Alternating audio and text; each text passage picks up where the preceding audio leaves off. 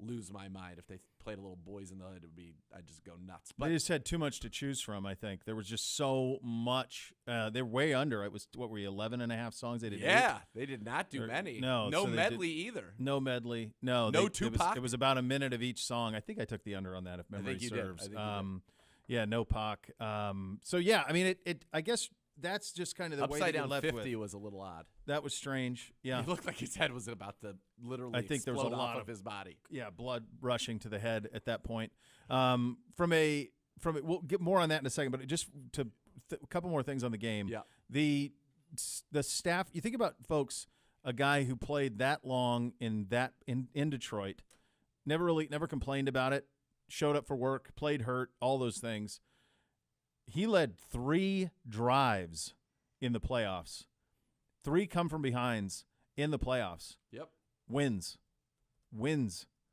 The throw he made, the no-look to Cooper Kupp, is going to go down in history as one of the greatest, coolest throws in the history of the Super Bowl. It's on any list.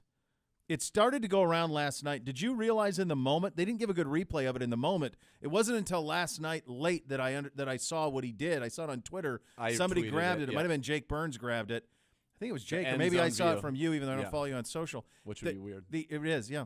The end zone view of him looking off and throwing a no-look pass to Cooper Kupp behind a guy's ear. I texted you at the time. I'm like, that was a dime. No, he knew it was a dime, but I didn't know he was no-looking it. Yeah, because he needed Von Bell to come down in on the stick that was right there, and then he could hit the post behind him. Absolute dime. And then the back shoulder Kupp is just so good. And, boy, Eli Apple, not popular in the National Football League. Well, he chirps all the time, and then he just got body bagged in this one. And then also the Ravens guys are in on it, which I couldn't even believe. Lamar's got smoking the cigarettes on, but that throw is one of the most big-time throws. And, you're always in hyperbole mode. It's not the greatest throw ever. Like, right now, immediately in my mind. That's why he was coolest. Yeah, it may have been the coolest. It may have been. In that moment. I mean, Roethlisberger to Santonio Holmes is still one of the most stupefying throws I think I've ever seen. Oh, yeah. That one's ridiculous. But in that moment, and to have the Stones that it was his legacy in on the line. fourth quarter and a gold jacket's on the line, and you do that to culminate that postseason. How about this? Cooper Kupp, is that the greatest single season by a receiver ever? Yes. Yep. 2,400 yards receiving, all competitions. Yep. And what did he score? He scored twice in this game. He scored twice in the NFC Championship game. 20.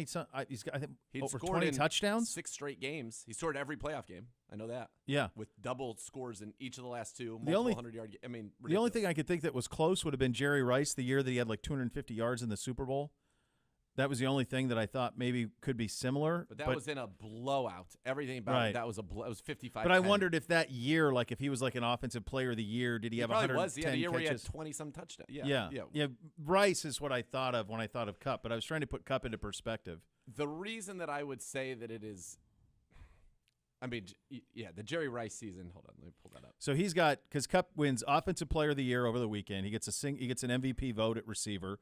He is the Super Bowl MVP. Yep. He won the Triple Crown at receiver, and then made, when Odell went down, everything had to go to him because they didn't have anybody else who could do anything. All right. So the year that Jerry Rice had 22 touchdowns that year, he actually only had 1,078 yards in. Oh my God, that's in 12 games. 12 games. Yeah, I think I remembered that. 1,078 yards, 22 touchdowns in that one. He had another year in 1995, 1,848 and 15 touchdowns. He led the league in receiving 6 times. Jerry Rice this is nuts. He was first team All-Pro 10 times out of 11 years. Well, that's why receiver. I always say, you could argue he's the greatest player in NFL history. His Super Bowl MVP year is Super Bowl 23. Let me just go to the playoffs and try to figure out, match up what year that is. But go ahead, keep going. It's there. You've got the redemption of Stafford. Yes. You've got, now gold jacket that sets him up on a whole different trajectory. You've got Cooper Kupp, greatest receiving season maybe in NFL history, all things considered. I think you can make a sound argument. You've got Aaron Donald potentially retiring with what could have been 3 sacks. He only got 2, but he's responsible for the final play where he's bringing Burrow down at the end. And he could retire and then go into the Hall of Fame the same year as Tom Brady. You could argue the greatest quarterback and the greatest defensive tackle in NFL history could both go into the Hall of Fame at the same year if he does indeed retire. So you have that to factor into it. You've got the backdrop of all of the LA stuff and the currency of all of that, and you still had Joe Burrow with the ball, having been pressured on 43% of his snaps. I didn't stammer, I didn't stutter. 43% of his snaps he was pressured on. Yep. 43. And he had the ball with a chance to win the Super Bowl. He was sacked 7 times in the game. 7 times. My God. He was right there. We'll go. Boy, that was tough. So the year that Kupp season was better because the year that he ended up winning it all in the playoff, that he was the MVP, was the year that they beat Cincinnati 20-16. He had 11 catches for 215 yards and a touchdown in that game. He had, in that playoff run, he scored 6 touchdowns and had 409 yards, 6 touchdowns in 3 games. So that part is better than Kupp. But his regular season that year was 1,306 yards, 9 touchdowns. Yeah. He averaged 20 yards a catch that season. Yeah. I mean, that playoff. But this is what we're talking about. We're talking level. about Jerry Rice. That's what Cooper Kupp did. From a couple of things of consternation. One, for 58 minutes, you get a game that is played incredibly loose, that is allowed for much contact downfield, including a blatant pass interference against T. Higgins on Jamar Chase or on Jalen Ramsey, where he just throws him down. He just literally threw him to the ground, and they don't call that. And then in the last 2 minutes, they decide to start calling whistles. So the one on Logan Wilson is the one that's really hard to swallow. It's horrible. It's a tough, brutal call, especially when you had let everything go that had been let go to that point. Yes, the one on Apple it changes, but the one on Wilson changes everything because that's 3rd down and goal from the 10-ish. They're right around there. And all of a sudden now you're half the distance and away you go. Was he asked if that had just been an incompletion, was he going to kick the field goal? I did not hear that. I didn't hear that. That's what I'd be curious about because they'd had all 3 timeouts at that point, the Rams. Yeah, that's a great question. I mean, that would have been an incredible decision to try to make, but they didn't have to get it because, of course, you get the first down. Yep. So what did you make of how the game was officiated for 58 minutes versus the last 2 minutes? So if they I'm let a a lot go. Bengals fan, of course you're upset about that play. I don't think that was a penalty. I thought it was great coverage by Logan Wilson in an incredible situation on Cooper Kupp. I thought it was great defense. They shouldn't have had it. But you did get the touchdown to T. Higgins that at the very least was a face mask. Like, I mean, he grabbed his face mask. It was and as turned big his of off. It's textbook offensive pass interference. Yes. He threw Jalen Ramsey to the ground. Yes. Yeah. So it evened out in that sense. Ultimately. However, I don't like that this was a game that was played largely without the officials. In fact, the first penalty of the game was on Vernon Hargraves, who wasn't even dressed, for celebrating in the end zone. How did he get there? How was he not grabbed by somebody at any point? Is one of the most stupefying things I've ever seen. What made him go like, I got to get out there? Like, what are you doing? He had to go celebrate with his people. Absolutely bonkers. But no, they let them play. They let him play all game, and which I loved, by the way. Yes, it was tremendous to allow for that. You can't then in that moment. Now, the hold that ended up being in the end zone, or that they called pass interference, where he blatantly grabbed the jersey. Yeah. I mean, you have to. That's actually a penalty. Yeah. The Logan Wilson one was not a penalty. Well, and Ramsey got away with one where he pulled himself back into the play on Higgins, where he pulled himself back into the play to break it down inside the red zone there for the Bengals. This is where. So it's like this is to me where the sky judge needs to come in and be like, you got to pick that. Pick it up. But now, I think the danger in that is if the flag is thrown, maybe they have a group huddle and then they are able to come out and say, you know what, after talking every angle that was not holding no flag, they're going to say, well, they threw the Rams people would go nuts, right? You threw the flag, but then somebody up here is like, no. That's why it's a tough game to officiate. I know that. It moves so fast. I get to be down there. I have one of the greatest seats in the house. It is an incredibly fast-paced, violent game. But you have to get that call right. And what was good about it is that up until that moment, even with the T. Higgins one, I still think people would have said the officials really weren't a factor in this game. I would agree. Because they were just kind of not there. Yeah. The flags are on guys who aren't even dressed. I mean, that's where we were at. So I hated the way that it ended from that standpoint. I was happy for Stafford. I wanted Burrow to have the ball. I thought for sure they're getting a field goal. And by the way, every ball that Evan McPherson hits starts 5 yards to the right of center and has just a gentle draw, and it ends up as high as it could possibly be directly in the center of the uprights. Everyone. It is how, if I were worth a damn at golf, I would want my ball to look the way his does off. Just in the air. Just a nice little high draw down the pipe. Get a little topspin, pick up an extra few yards. It's perfect. It is. I thought they were getting it when he hit Chase on the out and he got 17, and I went, okay, here you go. Then they hit Boyd again, and then this gets to the next area of consternation, and this is the calls on third and fourth. Okay. Now, I will say this before we go any further. I thought Zach Taylor coached circles around Sean McVay. I thought Sean McVay was very average in this game. Not circles around, but I thought he was very average in the game. I thought it was stupefying they could not run the ball with any effectiveness. I thought his clock management was the craziest. I couldn't believe he snapped it before 2 minutes. No reason to do that in the fourth quarter. He did the same thing in the first half. He had terrible clock management. He had to burn a timeout where he didn't need to. I thought they were very lucky that their defensive line – I thought their defense kept a minute in their defensive line. I did not see anything – there was no imagination offensively from him. None. He had the one play with Kupp where they tried throwing it to Stafford on the Philly thing. That was it. Kupp bailed him. Oh, my God. Great cut. Kupp bailed him out on the jet sweep, though, because the Bengals read it. Kupp just and the made guy a on the line, play. your third tight end, got blown up, and he had to cut off of his back, even though he was supposed to be going around him. And it was a great. It was just a great play, superhuman play by Kupp. But the last two for Taylor are the ones that are going to live. All right, so 3rd and 1. You know where he's thinking. Of course, you want to run it. Now, you've got P. Ryan in there who's in there when you're throwing the football, so it's an indicator. He carried it, I think, once in the game prior to that. He doesn't run it a lot. I still think, and this is where I think you can get into trouble when you've got a guy like Joe Mixon who is fully capable of being a pass-catching back. When you go to those specializations, I do think like if Mixon was in there, first of all, if you're running that ball, I want it in Mixon's hand. That's just me personally. And I don't think you lose anything by having him in your passing game. Joe Mixon's great out of the backfield. As Gibbe was talking about, he helped carry them to the playoffs really on that. Yeah. I know P. Ryan had the nice screen and run against. He was effective in this game. He had 72 yards in the game. Yeah, he was very effective in this game. But when you look at that play, I don't have a problem with the fact that they ran it. Yeah. I understand you're just trying to get the first down. What I have a problem with is how do you not see once they've set their D line, how do you not flip the back? And you've got to run that away from Aaron Donald. You cannot run that at Aaron Donald. Yeah. And that was my biggest problem with it. And Donald did something that I don't think is talked about enough on that play. At least I didn't get enough of it in the post-game stuff that I watched. By the way, shout out to the Hoff. Did a great job on that, looking resplendent in a maroon suit.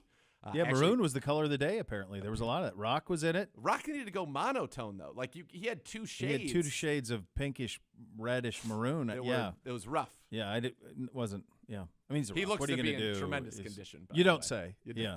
See, it feels like all he does is work out and drink Terramana, so maybe that's the way to do it. And eat make money. Banana pancakes and stuff. It's unreal. As you were saying. So that was my first problem. You run it at Aaron Donald. Yeah. I would have liked it to be in Joe Mixon's hands. I feel like Joe Mixon, because I think he gets through that, because that was, and again, this is what I said they weren't talking about. He's kind of past Donald, who gets one hand on him and then swoops behind him and almost German suplexes him back so he completely stops all of his forward progress. At the moment they made contact, I thought for sure it was going to be a first down. They got a bad spot, by the way, on that. Also a bad spot. Now, you get to 4th down. And I said, in my home, just sneak. You got to sneak it. I know time is an issue. You've got a kicker that just sneak it, spike it, and then you'll get into range. You'll get a field goal off. You should, yeah. But throwing it is such a zero-sum, and of course a run could be stopped too, but it just feels like a run that's not perfectly executed. Or like if the ball hits the ground, it is over. It's done. And when you're running, I just think if you got up there real quickly, quick snapped and snuck, I think he's getting the first down, and then you're still playing football. Yeah. The way that ended. Because they still had a timeout. The way that ended was brutal to me. It sucked. Have you seen the frozen screen grab? The one that Chase was open on the sideline. Jalen Ramsey fell down. You have the ball in that screen grab. He's got him dragging him down, but what you need to see is the half second before. Well, the ball was already out of Burrow's hand anyway and already on the ground. He was like twisting and falling, but Jalen was parallel. No, I'm saying he was down, but I'm saying Burrow had already thrown the ball. So I don't know if like Jalen was reacting to try to come up and tackle and letting him go. You know what I mean? Could be. Yeah, it's hard to say with the screen. Yeah. But you'll second guess all of those things. I think that if you're the Bengals, what you have to do in that spot, and look, a lot of great coaches have blown calls in the last minute of Super Bowls because it's a tough spot. It's a really tough spot.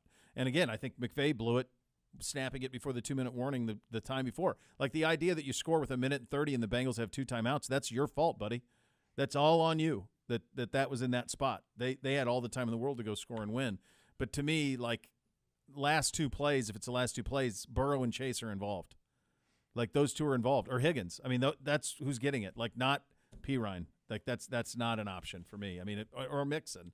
Because they have a lot of talent. They have stars. And you go back to it and you think, okay, for the Rams, who dominated the plays that mattered the most? Yeah. They're stars. They're stars. They're stars. Cooper Kupp, Stafford, Aaron Donald. Yeah. They're Von stars. Miller had 2 sacks. Von Miller. They're stars. Football heaven, as he kept saying after the game. Their stars dominated that game. I will say, I did want to say this about the Rams offense. Not that they've had Robert Woods for a while, because they haven't. Robert Woods has been gone since Odell. But when Odell went out, and remember, they also did not have Higbee. No Higbee, no and Odell, then no Blanton Robert Woods. goes out. Yep. Who's the backup? And credit to Bryson Hopkins. I think he had more yards in that game than he had all season. Yeah, probably. When OBJ went out, it allowed 18. It was a massive drop off. They went from playing. Cincinnati had to predominantly play zone to Cincinnati went predominantly man. Doubling Kupp. Yep. Is what happened at that point. And nobody else could beat it. Nobody could. The one interception's right off the guy's hands. Van Jefferson was the guy that I thought might have a chance to really step up. Too. And it just never materialized. Really, throughout the course of the season, it never materialized. No. But, yeah, Odell, that touchdown he had was big, and then the attention that he drew on the touchdown to Kupp. Think about that. Do you think that they're throwing 3 guys or collapsing on anybody not named OBJ on that team to allow Kupp to be wide open in the back of the end zone like he was? Yeah. And another example, we don't need to have turf in the NFL. It just can't. I said it to him. That type of injury. That's a turf injury. Does not happen on grass. Nope. No. Just doesn't. Doesn't. No. It happens on turf only, and that's what it did. And we still don't know what the injury was. Sounds like his ACL again. Is it again? Ugh. Yeah. Jeez. So that sets the stage. Lots to get to on this front. We're gonna have a lot of fun with the Super Bowl. We've got we'll get into the halftime show coming up next. We've got the commercial breakdown. We've got some all sorts of fun with Fact or Fiction. Sir Andrew Gribble will join us as he does every Monday. We're off and running here. Cleveland Browns Daily, 850 ESPN Cleveland.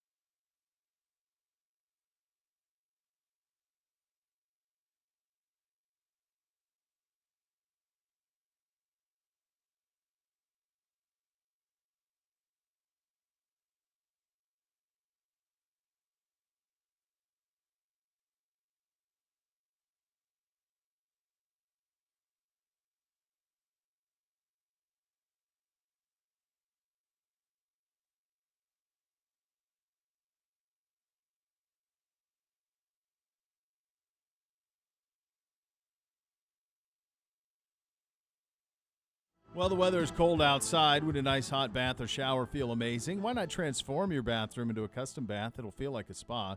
Let the Bath Authority help you out. They can make it a reality at a fraction of the cost of the competitors. The Bath Authority is Cleveland's premier bath and shower remodeler, expert factory-trained installers. Call now, $500 off your next custom bath or shower remodel. That phone number is 216-220-8399 or thebathauthority.com. Guys, it's where affordability meets quality. Largest selection of bath projects. They're all made in the United States. Change your bathroom from outdated to outstanding. All sorts of tub to shower conversions. Superior products. Expert installers. Thebathauthority.com at 216-220-8399. And now on to the most important thing, the Super Bowl halftime show. So this thing was the idea that you could do 30 years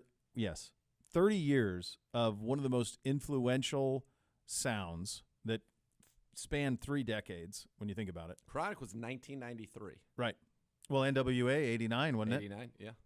So That's what I was hoping for. Yeah, I thought maybe you were going to get it. NWA all the way through Kendrick Lamar and everything in between, and all of those sounds. I'm not sure that there will ever be a better Super Bowl that encapsulates so much over such a long period of time. Prince's halftime show, which has always been kind of the gold standard, the spectacle of it's stunning. Him playing Purple Rain in the rain, crazy. But his run is relatively short in comparison. When you think about the early to mid 80s to the late 80s, it's kind of fizzled out. Whereas this is 30 years. This is 30 years of music. They played 8 hits. They could have played 18 hits. It could have been 28 hits, as many as they wanted. Yep. It was stunning. It was just I just loved it, and my kids loved it, which speaks to the timelessness of the music. Yes. I mean, and Snoop is an icon. Dr. Dre is an icon, and now, and one of the wealthier people around with what he's done, how he's expanded from just being a performer and a producer. Eminem is an icon. Mary J. Blige, icon. Kendrick Lamar is of the group. It's probably but he's a Pulitzer Prize winner. Is a massive, right? It's crazy. But in terms of just, I think you put the others up on a wall, right? And maybe because he's the newer version. So for us, but Snoop and Dre and Eminem, forget it. Throw in a little 50 Cent in the club, and I just thought the set was cool. The idea that it was kind of like Dre's house, and these were all the things that he's produced and helped create, and everybody got their full-on own moments. Yeah. To have their spotlight, and I thought Mary J was just bringing it. Boy, did she bring the heat. She did. Holy smokes. Her and her dancers, they were getting after it. It was stunning. It was fun. I didn't want it to end. Sometimes the halftime shows, you're like, okay, like this feels long. Not. I was keep it going.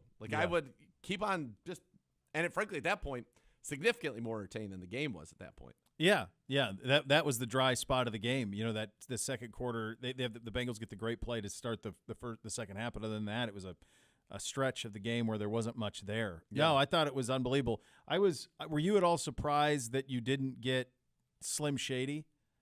That you got, because Lose Yourself is probably his for sure. Yeah. We thought they'd end with that. But were you surprised at all that there wasn't one of the Eminem songs? Yeah. And Me they too, kind of Dre on the piano was given a couple different teases before settling in. But yeah, I thought Eminem would get at least a couple on his own. Yeah, so he had that one, and then he got What About Dre? Right. So he did that part of that. But then that's a part. That's a part, not his own thing. So Kendrick Lamar had 2. Eminem had 1. Mary J had 2. Snoop was in on, I think, 4 because he did California Love with Dre. That's where you thought perhaps Tupac, you'd get a hologram there. But, sure. No, it was. I just thought it was sensational. I thought the whole thing was sensational. It was great. It didn't overstay its welcome. You got a good chunk of each song. I thought that the end was going to be, like I said, a medley where you had just somebody put together a crazy mashup of and they blasted through 10 songs in like 2 minutes. Yeah. And they never did that. Everybody, when they performed their songs, they got a little bit of time. I'm surprised Eminem got 1.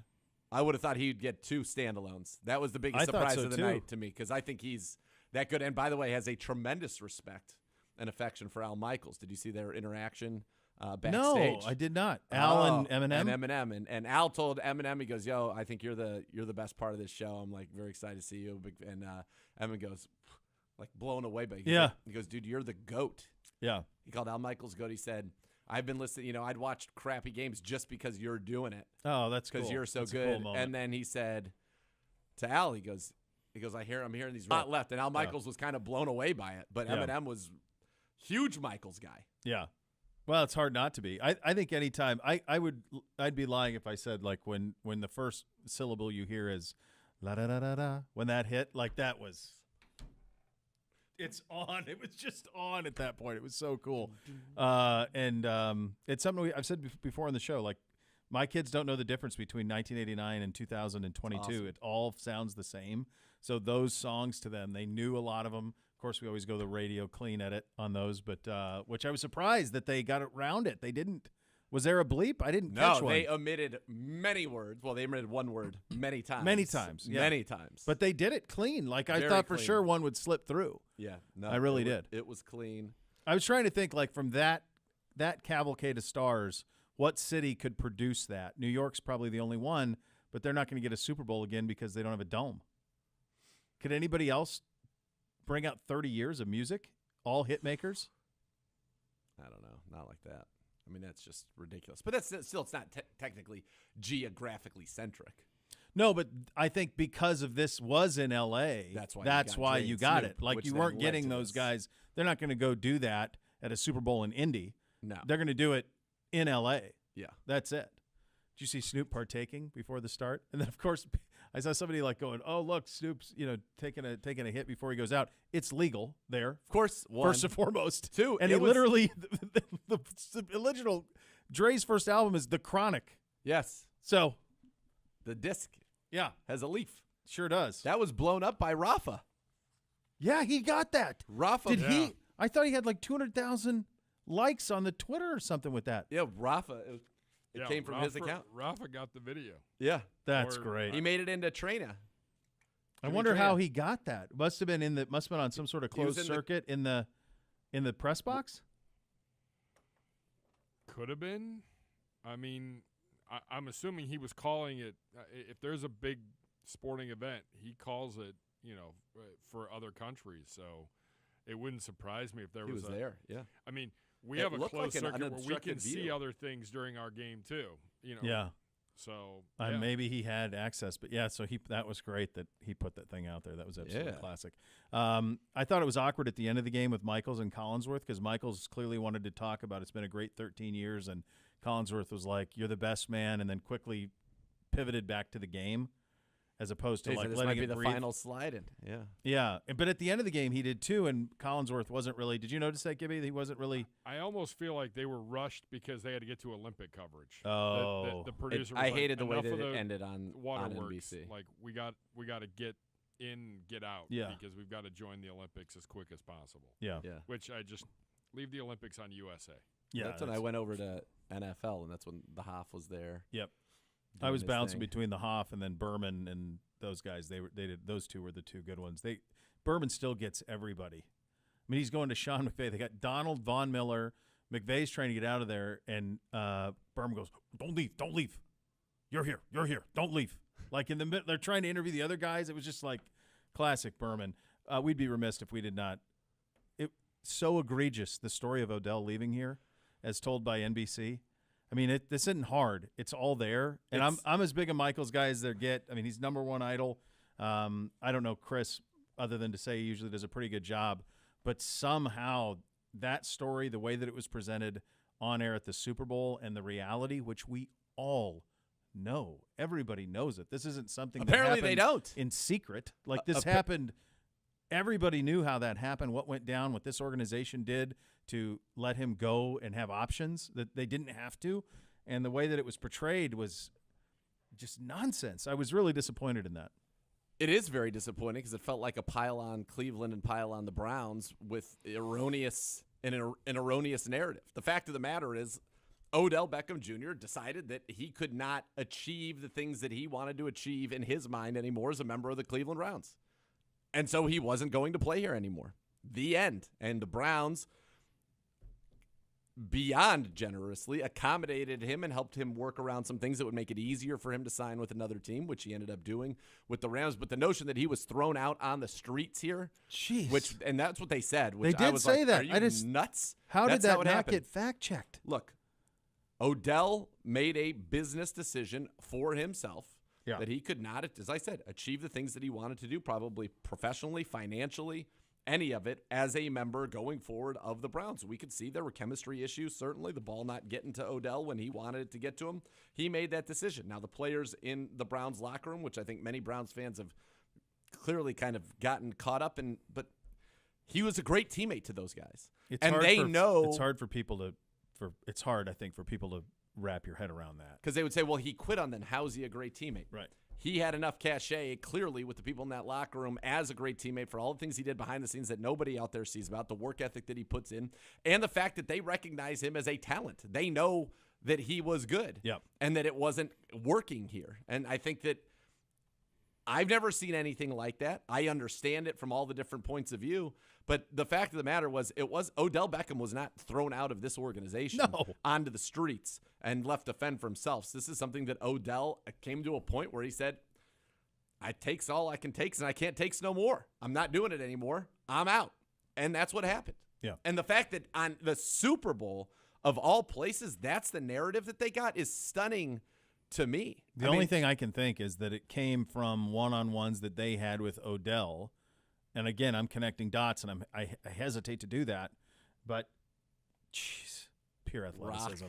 But that's the only thing I could think was like, did he say he felt like that? And so that's where they ran with it. But this is easily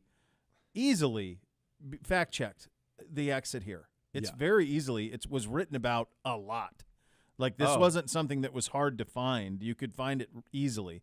So that was really disappointing. In an otherwise, I thought the rest of the production was outstanding, but I thought that was really disappointing. It was. And I mean, what's funny is you could go back to November the 5th. ESPN, Adam Schefter reporting that the Browns are converting base salary into a signing bonus to lower his cap number in an attempt to allow it to be easier for him to go forward. And I mean, you read about everything it's that all they're there. doing. It's an incredible thing. It is all there. And they would have had other Rams games, wouldn't they? Michaels and Collinsworth between then and now? Sunday night game. Wouldn't they have been a Sunday nighter between then and now? Yeah, because they were pretty adamant that the one team they hadn't seen this year was Cincinnati.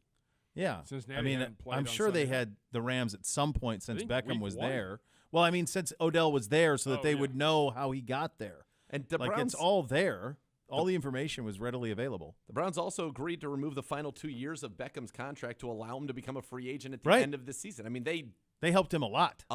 Andrew Berry helped him a lot without being obligated. And it was in no way, shape, or form was he thrown out. Yeah, No. I hated that. I thought that was a gross mischaracterization. Yeah. I was happy that he went there and he got to have the success that he did. I wish him no ill will. I wish it had worked out here. I think we've said that many, many times on this program. It didn't work. You wish that it did because clearly the guy can play ball and can help you win. But it was stupefying hearing those words. It was just words. flat It was wrong. like, and everybody knows it. It was flat wrong, and then it almost came across as vengeful. So it was just a strange. Yeah, it just did not add up. The fiction did not equal the fact in this case. All right, coming up next, we'll play a little fact or fiction here on the program. You listen to Cleveland Browns Daily on 850 ESPN Cleveland.